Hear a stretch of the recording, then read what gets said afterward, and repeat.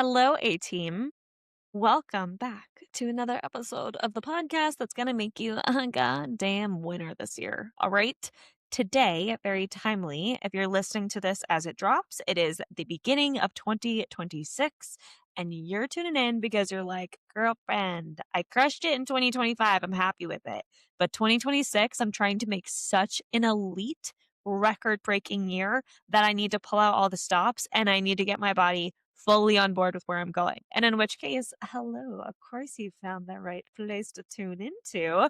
And maybe if 2025 wasn't really your jam, maybe if you're trying to get yourself out of a slump, maybe if you feel like your progress has slacked a little bit lately, maybe you've hit a plateau, you're coming up against a lot of glass ceilings, this is actually also going to be the exact episode to tune into today because whether you are thriving and you're looking to thrive even more, or you're struggling and you're looking for whatever that next formula is, whatever that next technique, that action is to pull you into a place where you recognize yourself again and you're making the progress that you know yourself to be able to make, then this is for you.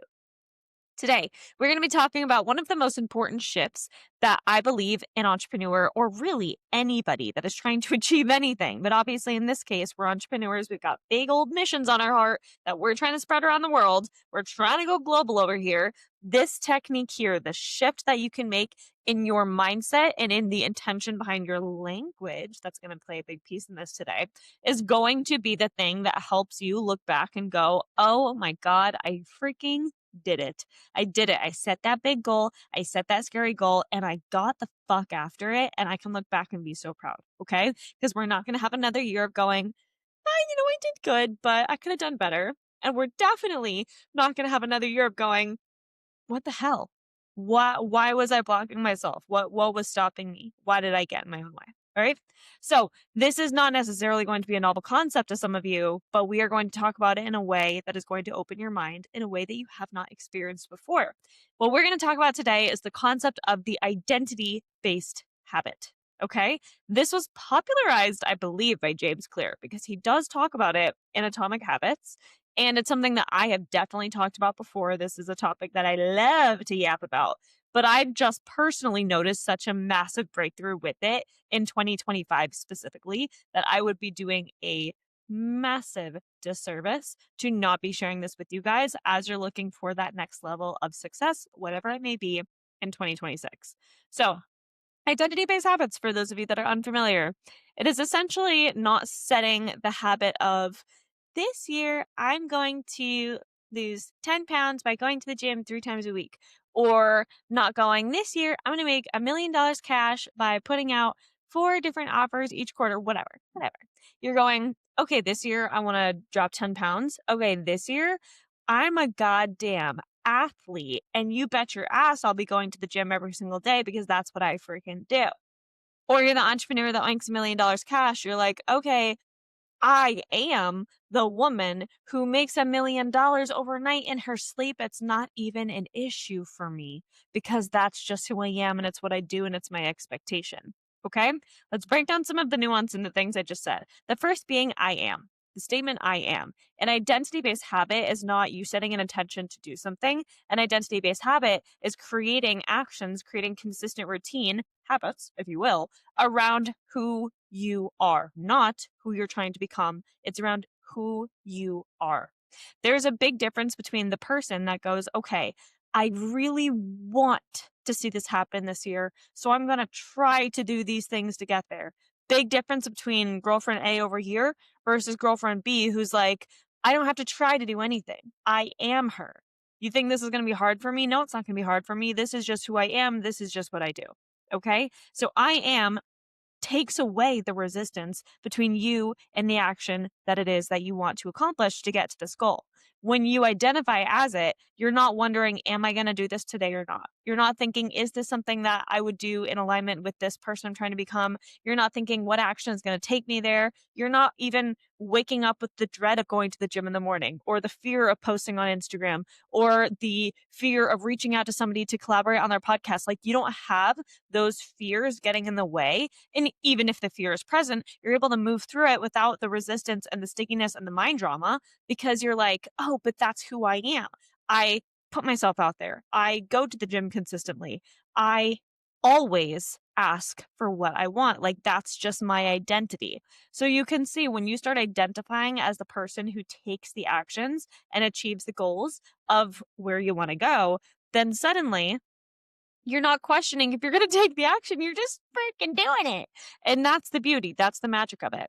This is obviously my background is in strength and conditioning coaching. So this is like my biggest tip for everybody getting into a fitness routine is if you want to go to the gym and be consistent this year. And again, like lose 10 pounds, run a marathon, you want to hit a PR in your squat, whatever it is, then don't say I'm going to do that through trying to hit the gym this number of times per week, trying to hit this many road miles a week, trying to eat like this. Like, don't say, I am me and I'm going to try to become her. I want you to say, I am her and I'm going to take all the actions that I can to get there because that's who I am. This is essentially, it's like the logical way of explaining a manifestation process, which is becoming the end result before it's manifested in the 3D. That's one of the most basic and most effective, if not like the ultimate way of manifesting, which is to live in the end before it has appeared in your 3D reality. So if you want to, be a millionaire, you start acting like a millionaire. If you want to be someone that runs marathons, then you already assume that you've run the marathon. You know what I mean? Manifestation is just acting it before you see it. And this is exactly the same thing, but it's basically just said in different words that again might appeal to more of a logical brain is, oh, I'm just identifying as that before I get there so that my actions and habits can align so that the lifestyle I create, the environment I create, the relationships I create, the internal dialogue I create, everything starts to align with the person that's already achieved that goal. Okay. So let's put this in practical terms. It is 2026, beginning of 2026, if you're listening to this live, and you know that you've set goals for the year. Obviously, you're a freaking business owner. You're somebody that has big old ideas that you want to execute. You've set goals for the year. Now, because you've set them, you've made these resolutions, you've set these intentions. I personally love doing a bingo board. I actually still need to do mine. So I'll be doing that. I guess I'll do that tonight now. But what you do is you set intentions and things that you want to, get done for the year. Maybe if you're an entrepreneur, you're thinking one quarter at a time. However you do this. You know me, I think in 4 game days at a time. So I think in quarters and I think of big events happening every quarter. So what you're going to do is for each of those goals, intentions, I want you to take the goal or the intention, write it on a piece of paper, and then write all of the qualities or the traits of the individual that has already achieved that goal. Write them down. Who is this person? How are they acting in their daily life? What are they doing when they wake up? How are they eating? How are they taking care of themselves? What language are they using with themselves and then with their partners, with their families, with their friends, with their clients? How is this person interacting with the world? How are they responding to the world when things happen, when inconveniences occur, when roadblocks pop up? Because just because you're this person doesn't mean life changes. Life is always going to throw shit at you that you don't expect. How do they respond? Notice that I'm saying respond and not react. How do they respond when situations are brought to them that maybe is a part of you that you want to change? Maybe that's part of what you need to shift here is if you want to be the millionaire, then you can't be so reactive when little things go wrong. Or if you want to be the endurance athlete, maybe you can't be so reactive when you don't want to show up for the workout because you got to run a marathon one way or another. So you can identify as the marathon runner and get up and do that run, or you can identify as the woman that is you currently trying to become a marathon runner, and you can let all those doubts, all those limiting beliefs, all that mind drama get in the way and keep you in bed instead of getting up to go do your run. Are you starting to pick up what I'm putting down over here? An identity-based habit is doing something consistently over and over again because it's who you are. And you don't have to actually have achieved the thing yet to be the person that is going to achieve the thing. Is that clear? Do we understand that concept? Let's think about it in another way. I will personally use an example. So this year in 2025, there were so many new things that I stepped into, and one of which was speaking on stages. That was the biggest shift that I made in 2025, and it really backloaded in the second half of the year. I was speaking my little tail off at different events, really coming forward more as a speaker. And so as I'm heading into my first speaking event, by the way, was at an international stage. And as I was going into this event, I was like, okay, I have no credentials for doing this, but I'm in this situation. So how am I going to make the best of it? Like, I've never spoken on stage before. I've never given a speech on my work before. I've never put myself in this type of environment before.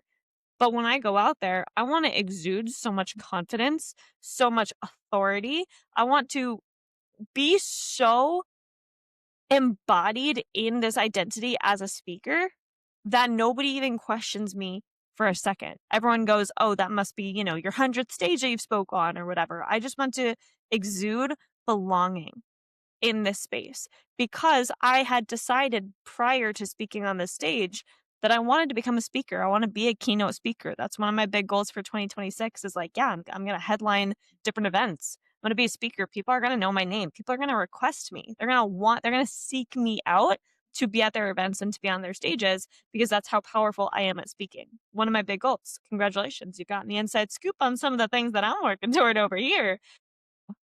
What I had to do going into this event is I didn't want to be Caitlin who wanted to be a speaker.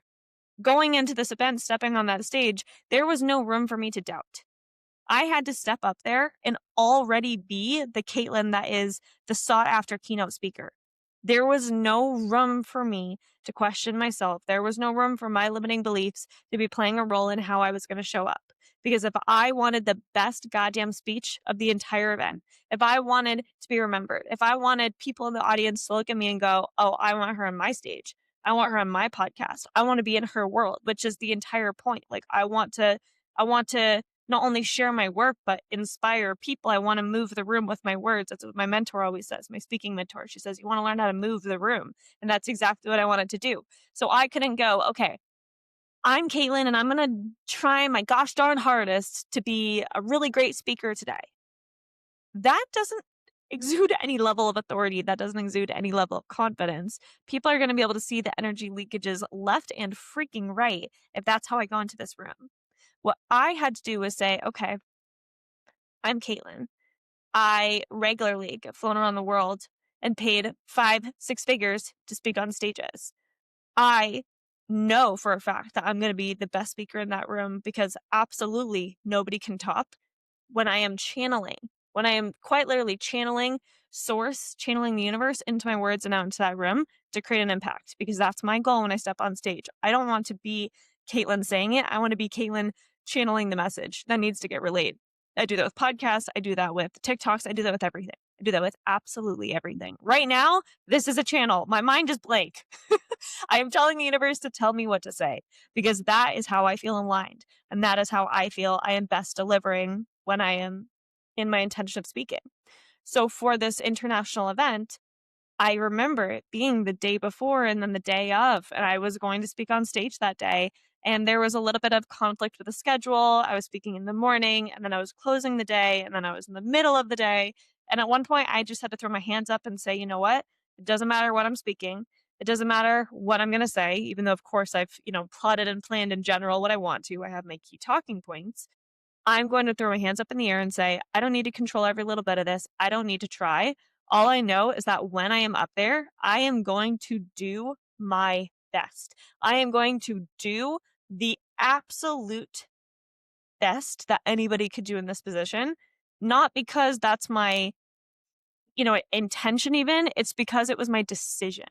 I decided that when I stepped on that stage, I would be remembered.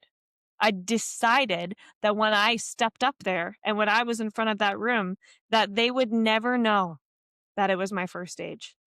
They would never question my authority because I was already the identity of the woman who was a regular, highly sought after keynote speaker. And do you know what happened? I had multiple people come up to me at the event after I got off stage and freaking crushed it, come up to me and say, holy shit, you were made for this. Oh my God, I can't even believe that was so good. How many stages have you spoken on? Quite literally got asked by multiple people, how many stages have you spoken on? Which was exactly my goal. That's what I wanted them to think was, oh yeah, I've spoken on 12 stages before. When I would tell them and be like, oh, that was actually my first stage, their jaws would drop. They were like, no, it wasn't. What do you mean? And that's exactly what I wanted to happen. And that's not to toot my own horn, although a little toot toot. That's to show you that when you choose to step into the identity of the end result of this goal, then you have no choice but to act in alignment with it. I essentially calibrated my mind and my body to being this keynote speaker before I had any proof in the real world that that's who I was. Because that's what I do. That's literally my entire coaching practice is based in that concept. You calibrate yourself to where you're going. You don't fall down to where you are. It is a identity calibration. And then after you go and you do that action, in this case, speaking on stage, then your identity integrates this new level of standard of who you are. It's a beautiful cycle. It's amazing. It makes so much sense if you let it. And that's the power of the identity based habit. So think about how this applies to you in your business or in your goals. Are you somebody that wants to get a ton of volume in your offers? Who is the version of you that gets 5,000 new memberships a month? Who is the version of you that has 100K sales weekends? Who is the version of you that writes a book that becomes a New York Times best-selling author list? Who's this version? Who is she? How does she act?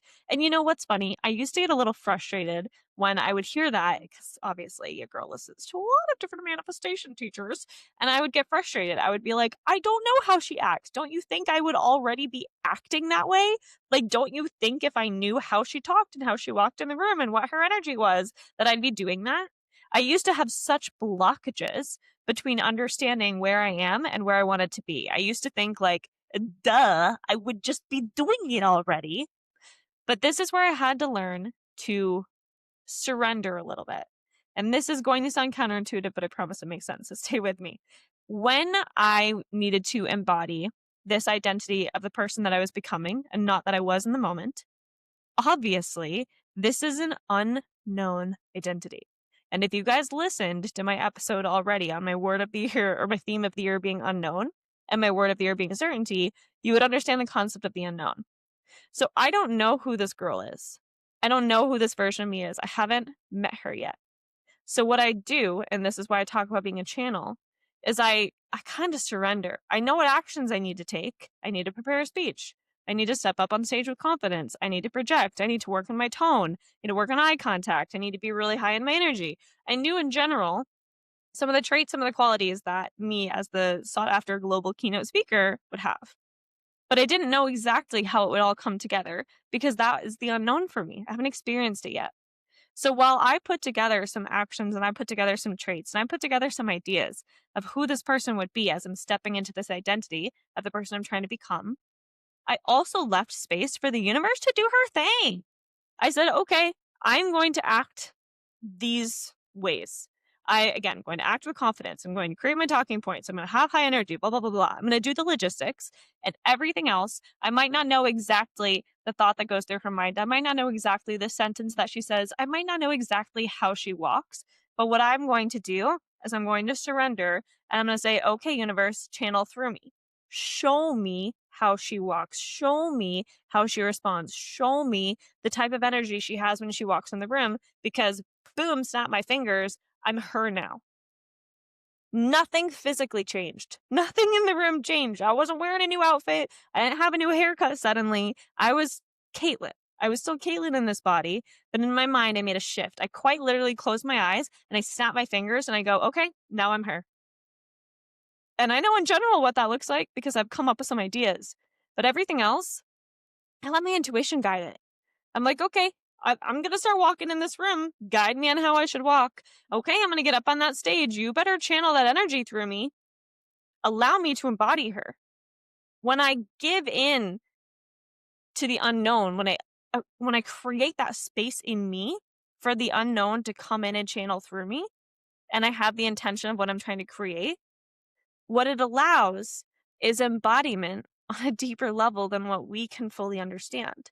I didn't even know I was going to get this deep with you guys this episode. This is crazy. This is like the inner workings here. But I just surrendered to the frequency. I said, okay, I'm her now. Cool, show me. And sometimes my intuition would be like, hey, you got to start dancing.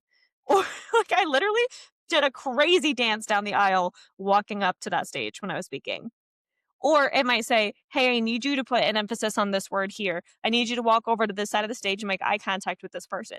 I didn't really know why I was doing it, but it's what my body and my mind was telling me to do. So I just followed it. Because in that moment, I'd already communicated with girlfriend. I'd already told her, our little universe gal, I'd said, you're going to channel through me and I'm going to listen to you. And this is our agreed upon situation here.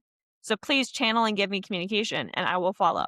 And that's exactly what it was. So obviously, I'd practiced my speech so many times before. Obviously, I had my talking points. Obviously, I know in general what I wanted to create from an energetics perspective when I got on the stage. But at the end of the day, there was a huge act of surrender and allowing myself to just be and to just exist in this identity of the person that was unknown to me. And in the unknown is where all the possibilities can exist and be created. And I chose to have certainty that what it communicated with me would be the right thing. Because it would either be exactly what it needed to be, or it would be the lesson that taught me how to do better next time. So that is the concept of identity-based habits from like the James Clear logical perspective, and then the identity-based habits from like the Caitlin spirituality perspective. And you can just morph those together in the most beautiful way to be the vessel of creation, to be the vessel of what it is that needs to be brought forward to move your work forward. Because if your intention is so crystal clear and so pure, and that you want to help change and improve the world with your work, and you're going to allow the universe to have a little bit of say here and to guide you and to lead you down the right path in order to execute that to the best of its abilities, then that's all you need. And so now we understand the concept of identity based habits. You understand that if you want to go to the gym and be consistent, identify as an athlete, because an athlete is the type of person that does that. If you want to be the $1 million sales queen this year, then identify, you can either choose somebody specific you already know and identify in the same way as them, or you can just identify as a woman that already made $1 million this year. Okay. So you get it. You understand it's the I am. It is the I am. I'm the person who, and it just clears away the resistance between you and the actions that you need to get there. Because again, sometimes it's difficult. It's difficult when you have a fitness goal and you have to wake up and go to the gym, and that's not necessarily a regular routine for you. That's challenging. But you didn't ask for it not to be challenging. You asked for it to bring you to the next level. So you've got to accept the challenge for what it is and you need to embrace it. Because I swear to God, when you identify as the person who has the goal that you want, discipline becomes so much simpler. Not always so much easier, though oftentimes it can make it easier, but discipline becomes so much simpler because again, you're taking away the voices in your head that are like, should I do this? Should I not? Am I going to do it? Am I going to give in? Oh my God. Am I going to follow through this time? Or am I the worst? Like it takes away those voices because that's old you. And as you identify with new you, it's like, oh, I already know what to do. So I'm just going to do it because that's who I am. When it is you, when you are it, it is such an automatic process. It takes away the decision and it makes it automatic. That's probably the best way to summarize this. And so, God, I could make a whole separate episode on the last thing that I'm about to tell you here, but I will include it because it's part of my original plan. I also want you to be so cognizant as you head into this year with your goals of the concept of trying versus doing. I talked about that a little bit earlier in this episode, but I want you to take try completely out of your vocabulary. I don't want to hear about you trying to do your best. I just want you to do your best. I don't want to hear you trying to get after this new goal. I just want you to do it. Like, holy shit, just do it. And mind you, it sounds very heartless when you say it that way, but it's a mixture of tough love and like actually listen to what I'm saying, not just what you think I'm saying. When you try to do something, you're leaving a lot of opportunity for excuses to come in and pull you away from what it is that you're working towards. So if you have the most insane body of work, like you're just obsessed with the work that you can bring forward to your clients, that's exactly how I feel. I fucking love what I do. And I think it's life changing.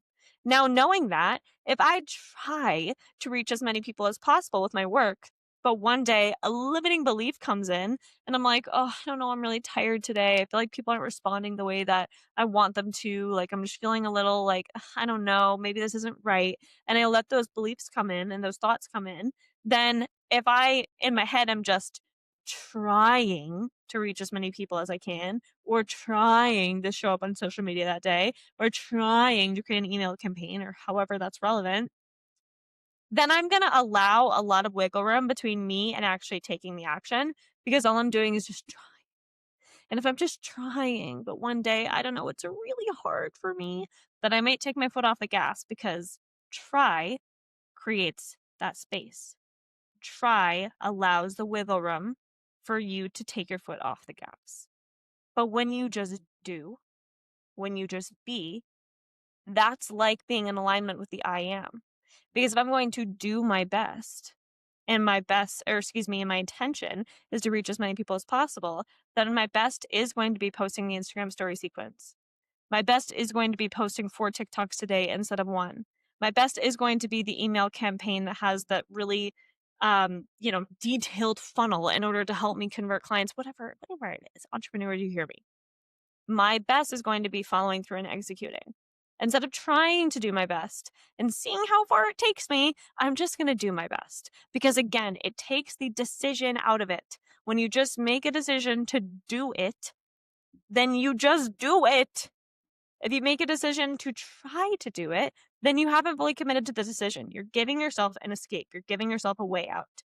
And I find that the people that are resistant to this concept of doing versus trying, it's because they're perfectionists and they define themselves by failure. And if they were to fail, then they would judge themselves for it.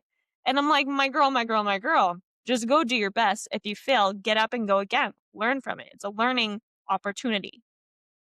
Just because you did something at your best and maybe it didn't have the execution that you wanted it to, maybe it didn't have the outcome that you were hoping for, doesn't mean you're a failure. It means now you have information to do your best even better moving forward.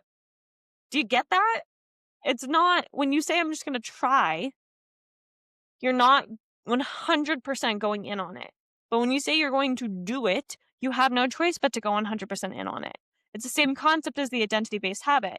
I'm going to take these actions to become this person. It's like, okay, there's a lot of resistance there and there's a lot of opportunity for you to fall back into your old programming versus, oh, I have this goal. Okay, I'm the girl that does it.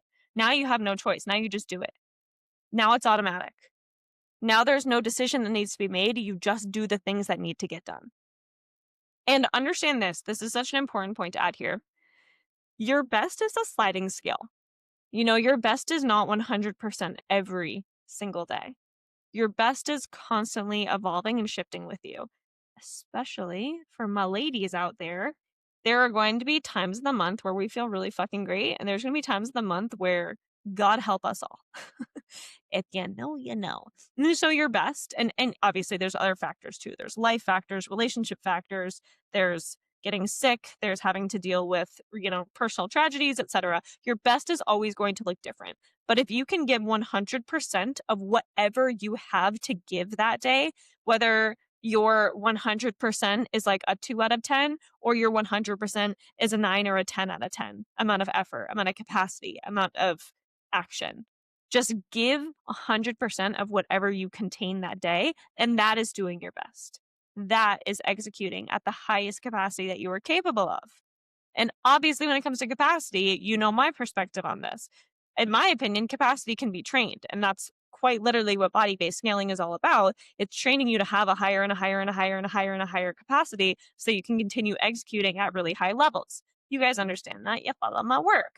And so obviously I have something to say about this. Like if the coach who teaches people how to scale and how to create bigger impact and how to increase their capacity and take on more challenge and be more resilient is giving you the permission to understand that your best is a sliding scale and that some days you have more to give and some days you have less to give, and all you have to do is give 100% of whatever you have, then that's all the permission you need to understand that that's it. That's the whole story. So as long as you identify with where you're going and you choose to just do it, just do your best, just do the action, just do it. You're not trying to do anything. You're just choosing to do it. You're making the decision definitive. And you're not judging yourself upon any ways that you might fall short in the process. You're just using that information as a way to do your best better next time. Then my girl, my dude, my people, you can't fail. There's no such thing as failing if you get up and you try again every single day. The only failure is giving up because you gave up on yourself. Have enough belief in yourself to follow through. Have enough faith in yourself to know that you can freaking do it even when it's scary and it makes no sense. Allow yourself to identify with the version of you that's done it. Allow source to come in and help channel and help guide you. and just show up and do what you can do every single day. And don't you dare give yourself the excuse of, my best is only a 2 out of 10 today, but it's like a 5 out of 10. Don't shortchange yourself like that. You're not harming anybody except for the people that aren't going to be exposed to your work now because you chose to only go half-ass that day. Ooh, that's going to be another podcast episode for sure. But that's all I have for you guys today. Allow identity-based habits to combine with this little spiritual sprinkle that I love to give things. And I promise this is how you look back at the end of the year and you go, I did it. Yes, I did it. Finally, I did it. And I can keep doing it because now I understand how to do it. I have the formula. I understand how this success was created. This is repeatable. This is something I continue to bring forward with me. This is not a one-off formula that is going to ever age out. This is something that stays with you forever. And once you realize it, you can apply it to every branch of your life. It can be for being a great entrepreneur. It can be for being a great athlete. It can be for being a great partner. It can be for being a great parent. It can be for being a great friend, whatever it is you want to get great at. Identify as the person that's already there. Do your best getting there and allow source to have a say in guiding you. You guys are the best. You know what to do. If you loved this episode, please subscribe to the podcast and share it with your people. I always love to hear from you. DM me at FitByKP on Instagram.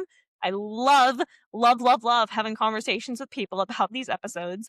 And if you are not already, please rate this podcast 5 stars wherever you're listening to it because it goes a really, really long way. I love you guys so much, and I will talk to you